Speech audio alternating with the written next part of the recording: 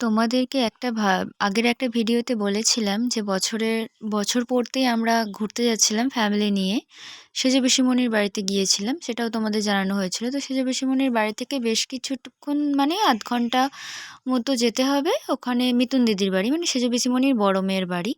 তো সেজে পিসিমণির বড় মেয়ের বাড়ি যাওয়া হয়েছিল নতুন ঘর দেখার জন্য। তো এটা হচ্ছে সেজে পিসিমণির মেয়ের ঘর, সবে সবে নতুন ঘর করেছে। সেই ঘরটা দেখার জন্যই যাওয়া হয়েছিল। সবাই মিলে একটু গেট টুগেদার হয়েছিল আর ঘরটাও দেখা হলো। প্লাস সেজে পিসামণির শরীর খারাপ ছিল, সেজে পিসামণিকেও দেখতে গিয়ে যাওয়া হয়েছিল। তো সুন্দর একটা ঘর করেছে, অনেক দিন কষ্ট করেছে, তারপর একটা নতুন ঘর করতে পেরেছে। পাশেই একটা বড় ঘর, তার পাশে সিঁড়ি, এই যে একটা বড় সিঁড়ি করেছে। ছাদটা এখনো সেইভাবে কিছু করেনি, ছাদে কোনো ঘর নেই, তাই ছাদটা তোমাদের আর দেখাচ্ছি না। আর এই যে পাশে একটা ঘর করার উঠোনটা যে আছে, ওখানে একটা ঘর করবে। আর এই যেটা হচ্ছে রান্নাঘর, এটা এখনো পুরোপুরি কমপ্লিট হয়নি, আস্তে আস্তে সব কিছুই হচ্ছে।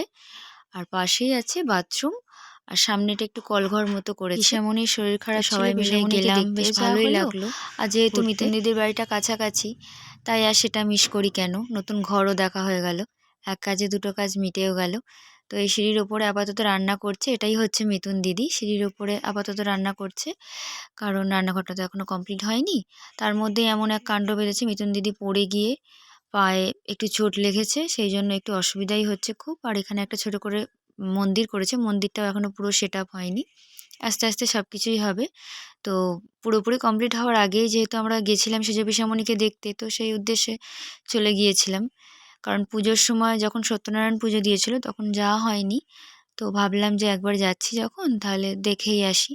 এখনও পুরোপুরি কমপ্লিট হয়নি, তবে যেটুকু হয়েছে সেটুকু দেখাও হলো, একটা গেট টুগেদার মতো হয়েও গেল। তোমাদের ভিডিওগুলো কেমন লাগে অবশ্যই জানিও।